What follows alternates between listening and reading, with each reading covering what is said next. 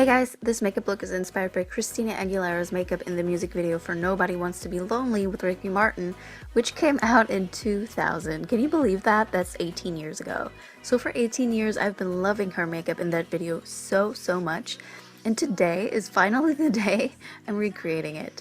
I am honestly shocked that no one has ever really done a tutorial on this. Why not? This has to be my favorite makeup look from a music video ever. I hope you guys like it too, and let's get right into it.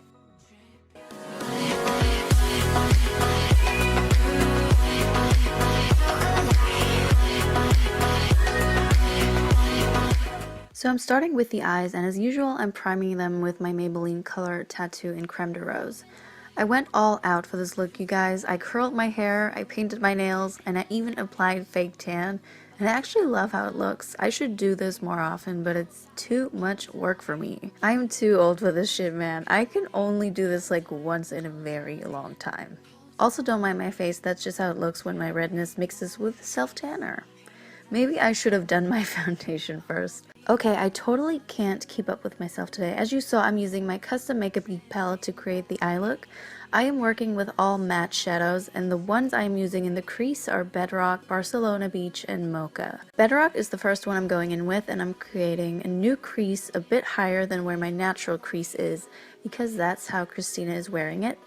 This gives me more lid space to work with, so it's perfect for you ladies out there with hooded eyes. I'm using Barcelona Beach to slightly warm it up and blend it out.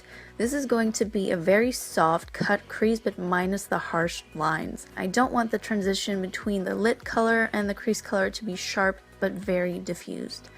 That way it looks effortless and more natural, but still gives a beautiful effect. This soft diffused cut crease actually is more of a process to create than a standard harsh cut crease, because with this one I constantly have to add again, blend again, so that I have enough definition but in a soft way.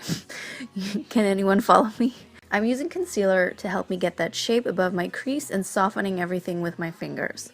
Make sure you do this with your eyes open, looking straight ahead, and don't raise your eyebrows so that you can see how high you need to bring this so that it shows. Christina has eyeliner on her top lid with a small wing, so that is what I'm doing. She does have slightly more lid space than me, so hers is a bit thicker and therefore looks even more glamorous, but I'm making mine thinner so that it suits my hooded eyes, because a thicker liner would at least partly be covered by the excess skin I have on my top lid, and therefore I would be left with a heavy, tired looking eye, so it's really important to adjust this to your own eye shape. If you have more lid space that allows you to wear a thicker liner that is completely visible with your eyes open, then go for it.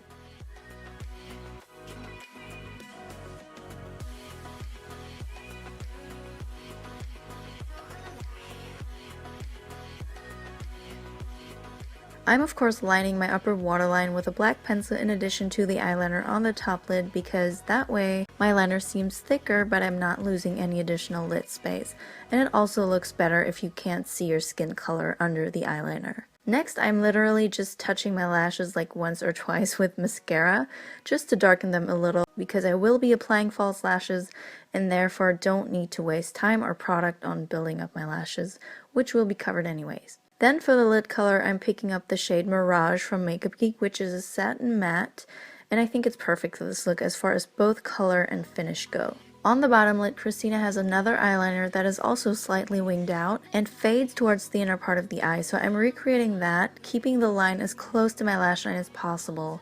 If you bring this down too low, it can start looking a little bit doll-like, kind of creepy, so make sure you stay close to your eye. It looks like Christina has just this liner and no eyeshadow there, but I'm using my pencil brush with some Mocha eyeshadow on it to slightly diffuse this, because it's looking a little harsh for my liking, but I felt like that warmed it up a little bit too much and added that eyeshadowy look, which I didn't want, so I picked up some black eyeshadow on a flat shader brush to go over that line, which gave me the effect I wanted.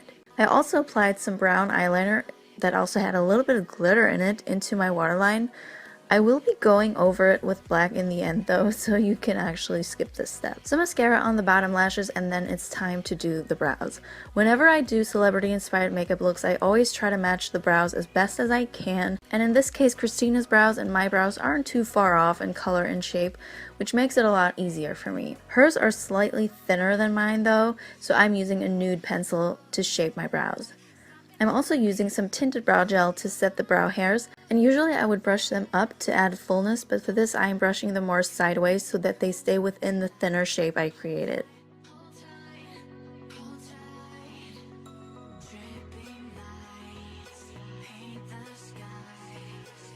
I'm applying Mirage on my brow bone as well for a subtle highlight. For falsies, I'm using these ones I got on Amazon for like €3. Christina definitely has falsies on, but they are not too dense because they're not covering her eye makeup on the top lid. So fluffy, wispy ones that are not too long and get longer towards the outer part work best for this look.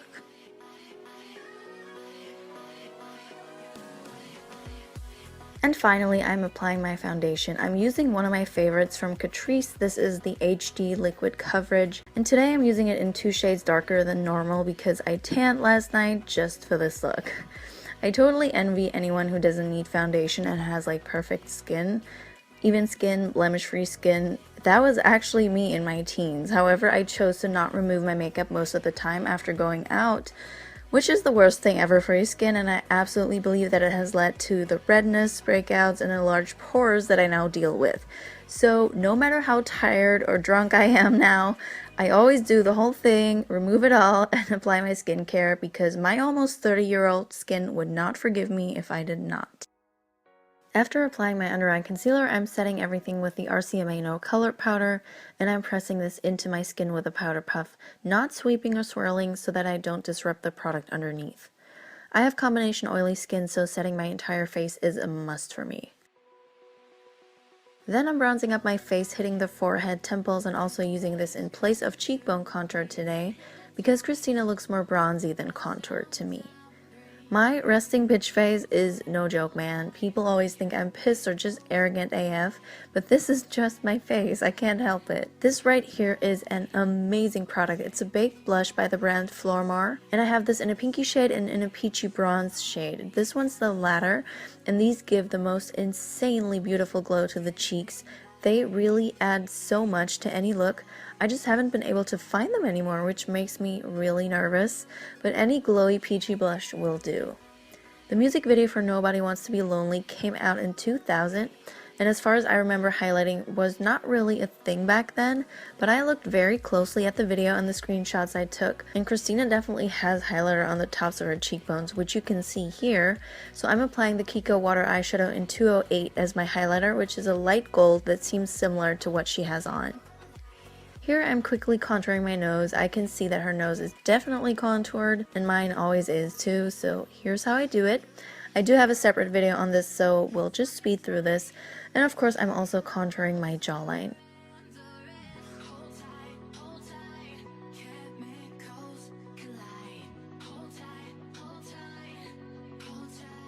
Moving on to the lips, you're probably thinking, why are you using this super dark liner? And the answer is just trust me, we will get there. I noticed that Christina had kind of a gradient going on with her lip line being really dark and then getting lighter towards the inside of her lips. And the overall shade is a brownie rosy nude, so I have to mix quite a few products to get this exact shade. The lip liner I used is actually an eyeliner because I don't own such a dark brown lip liner. And then I'm applying MAC kind of sexy lipstick on top for a peachy nude touch. And then to add the pinky hue, I'm adding 2 shades of the NYX Cosmic Metals lip glosses. They are super shiny and glossy, which is a great fit because Christina's lips look very glossy and juicy. I even added some concealer to the center of my lips to lighten it, and then going over it again with the gloss. I also decided to use a darker brow gel on the last 1/3 of my eyebrow because I felt that mine needed more definition in that area to match hers.